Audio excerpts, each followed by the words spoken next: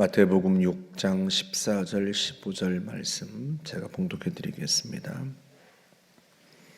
너희가 사람의 잘못을 용서하면 너희 하늘 아버지께서도 너희 잘못을 용서하시려니와 너희가 사람의 잘못을 용서하지 아니하면 너희 아버지께서도 너희 잘못을 용서하지 아니하시리라.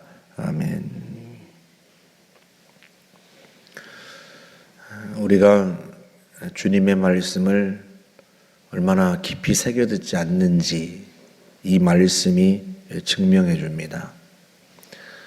주님께서는 너희가 사람의 잘못을 용서하면 하나님 아버지께서도 하늘 아버지께서도 너희 잘못을 용서하시겠지만 너희가 사람의 잘못을 용서하지 아니하면 하나님 아버지도 너희 잘못을 용서하지 않으시겠다. 그렇게 분명하게 말씀하세요. 그러니까 하나님께서 우리를 용서하시는 것이 무엇에 달려있다?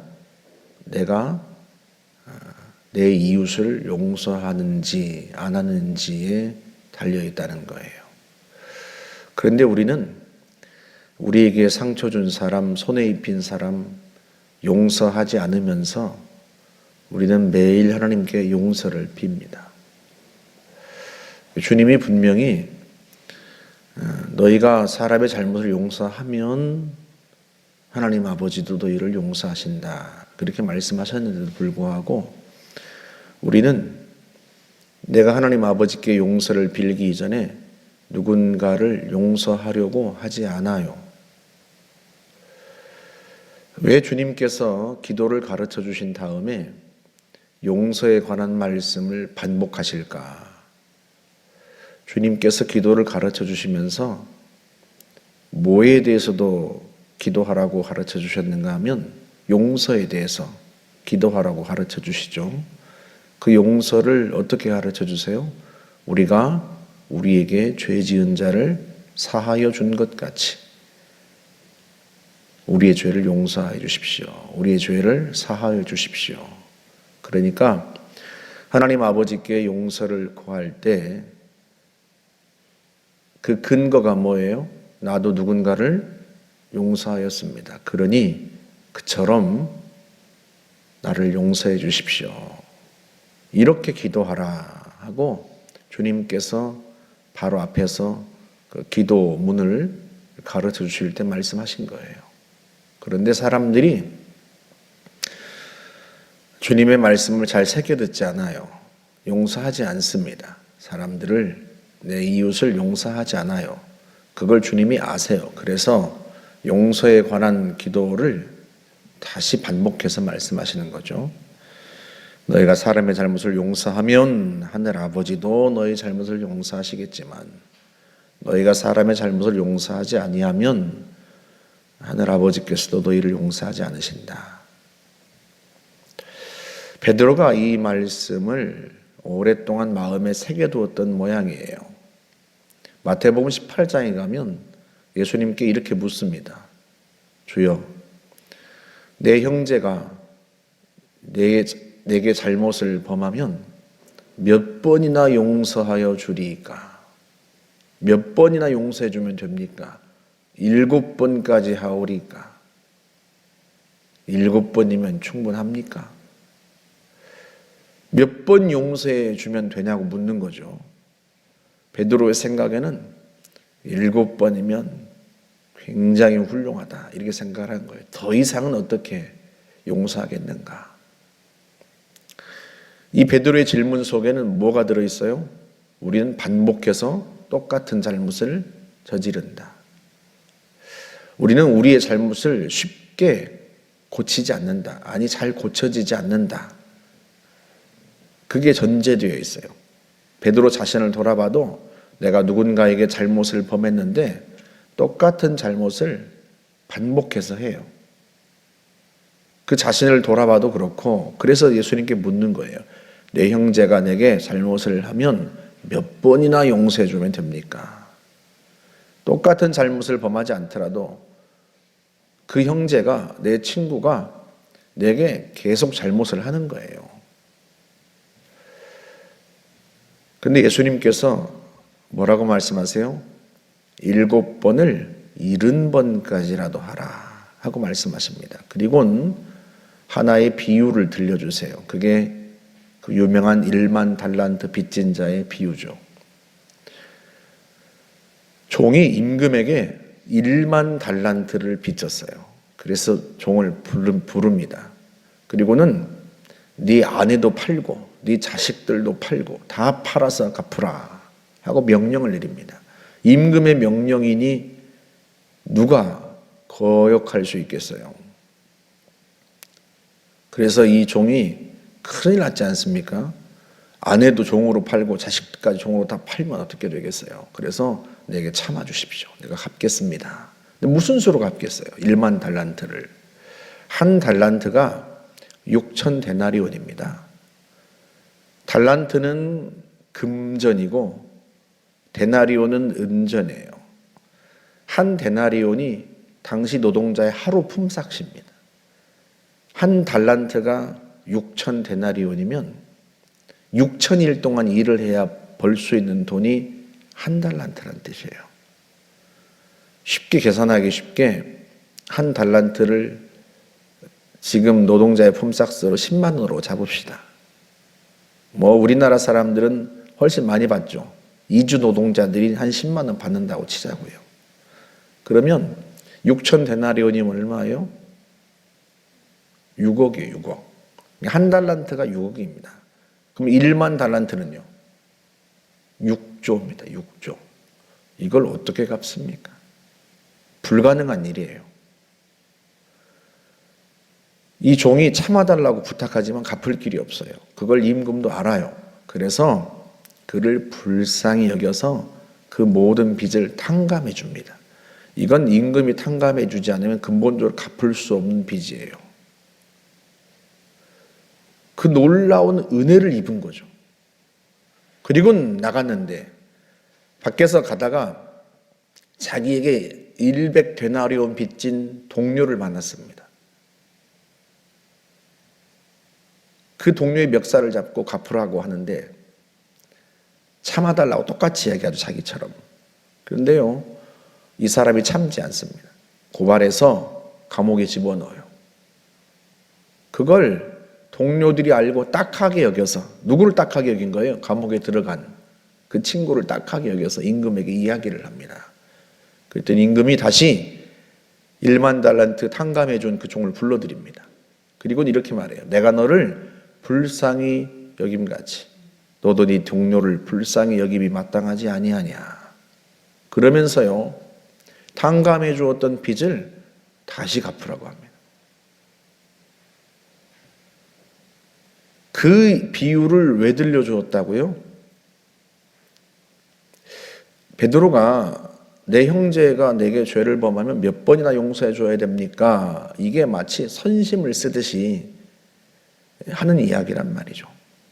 그런데 예수님은 1만 달란트 빚진 자의 비유에서 하시는 말씀이 네가 용서받은 자인 줄을 알지 못하느냐, 그런 의미예요. 누구에게? 하나님 아버지께. 우린 하나님 아버지에게 도무지 우리가 갚을 수 없는 빚을 탕감받은, 그러니까 도무지 용서받을 길이 없는 죄를 용서받은 사람들입니다. 그게 예수님의 십자가 사건이잖아요.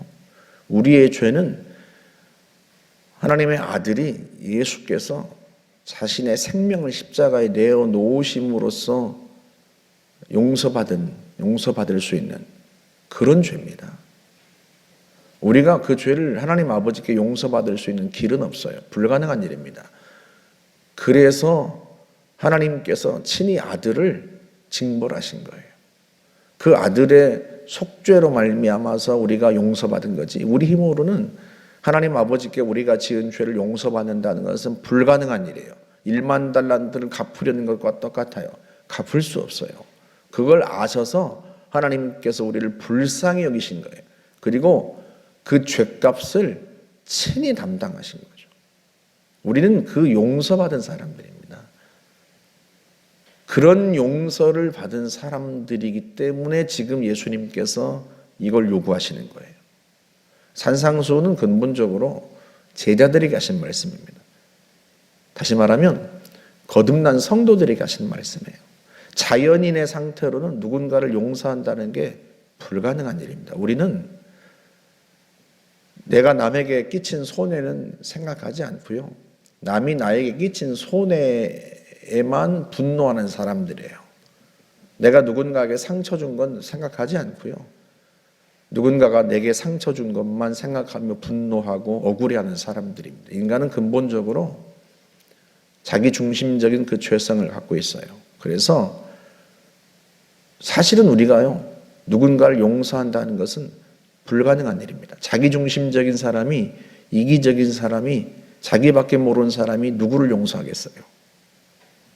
그래서 이 용서는 근본적으로 자연인의 상태로는 불가능합니다. 거듭난 사람, 주의 영이 우리 안에 거하는 사람만이 가능한 일이에요. 실제로 에스겔서 36장 27절에서 주님이 말씀하십니다. 또 내 영을 너희 속에 두어 내 율례를 지키게 하리니. 주님의 영을 우리 속에 둘 때 그 주의 영의 은혜를 따라, 도우심을 따라 우리가 주님의 명령을 지킬 수 있다는 뜻이에요. 새 영을 너희 속에 두고 새 마음을 너희에게 주겠다. 주님이 그렇게 말씀하시는데요. 용서는 근본적으로 거듭난 사람, 하나님의 영이 거하는 사람만이 할 수 있는 일이에요. 성령의 도우심을 받아서 할 수 있습니다. 그리고 할 수 있으니까 주님이 말씀하시는 거예요. 우리 자연인 상태는 불가능하지만 이미 용서받은 1만 달란트 빚을 탕감받은 사람들이기 때문에 하나님 아버지께로부터 놀라운 용서를 받은 사람들이기 때문에 그것에 근거해서 주님이 말씀하시는 거예요. 너희가 너희에게 죄 지은 사람을 용서하면 나도 너희를 용서하겠다. 이미 주님이 용서하셨어요. 그리고 매일같이 우리가 살아가는 삶 속에서 누군가에게 우리는 또다시 죄를 짓는단 말이죠. 누군가를 또 상처 입히고 그걸 우리는 또 매일 용서받아야 돼요. 그래서 주님께서 주기도문 속에서 용서를 가르쳐 주신 거 아닙니까? 용서를 빌라고. 우리는 매일같이 또 용서받아야 돼요. 하나님께. 그런데 용서받을 때 어떻게 하라? 너도 누군가를 용서해라. 그러면 내가 용서하겠다. 그렇게 말씀하십니다. 그래서 저와 여러분들이요, 분노를 마음에 품고 살지 말고 상처를 마음에 품고 살지 말고 용서하셔야 됩니다. 우리가 누군가에 대해서 자꾸 말이 나온다는 것은요, 그 사람의 잘못, 허물에 대해서 자꾸 얘기하고 싶다는 것은 내가 용서하지 않았다는 의미예요. 용서하셔야 됩니다. 왜? 그래야 나도 용서받을 수 있어요. 나도 누군가에게 알게 모르게 상처 입히고 손해를 입히고 살아갑니다. 그래서 우리도 매일 용서가 필요한 사람들이에요. 용서가 필요한 사람들이 바로 우리들인데 우리가 누군가를 용서하지 못한다면 되겠습니까? 주의 영이 우리 속에 거하시니 그 성령의 도우심을 받아서 내가 용서하기 어려울 때마다 나를 용서하기 위해서 주님이 죗값을 어떻게 치르셨는지, 나의 죗값을 어떻게 치르셨는지 기억하고 내가 1만 달란트 빚진 자란 사실을 기억하고 내 형제가 내게 지은 죄 100데나리온의 빚 그거 용서하려고 힘써야 합니다. 저와 여러분들이 주님의 용서를 기억하고 매일 용서하려고 힘쓰는 용기 있는 성도들 되시기를 주님의 이름으로 축복합니다. 함께 기도하겠습니다. 좋으신 하나님, 우리를 용서하시기 위하여 우리의 죗값을 친히 담당하시고 그 아들을 십자가의 형벌을 받게 하신 하나님을 찬양합니다. 하나님 아버지, 그 은혜로 우리가 용서받고 죄사함 받고 구원받았습니다. 하나님, 우리가 이걸 잊지 않고 살기를 원합니다. 우리가 살아가면서 누군가 우리에게 죄를 범하면 하나님께서 나를 용서하신 것을 기억하고 그를 용서하기를 원합니다. 우리 또한 지금도 여전히 죄를 범하며 살아가는 사람들이요, 용서가 필요한 사람들이오니 주 앞에 나와 용서를 구할 때 우리가 형제를 용서한 것처럼 우리를 기꺼이 용서하여 주시어서 주님과의 관계가 늘 온전하게 하여 주옵소서. 예수님의 이름으로 기도하옵나이다. 아멘.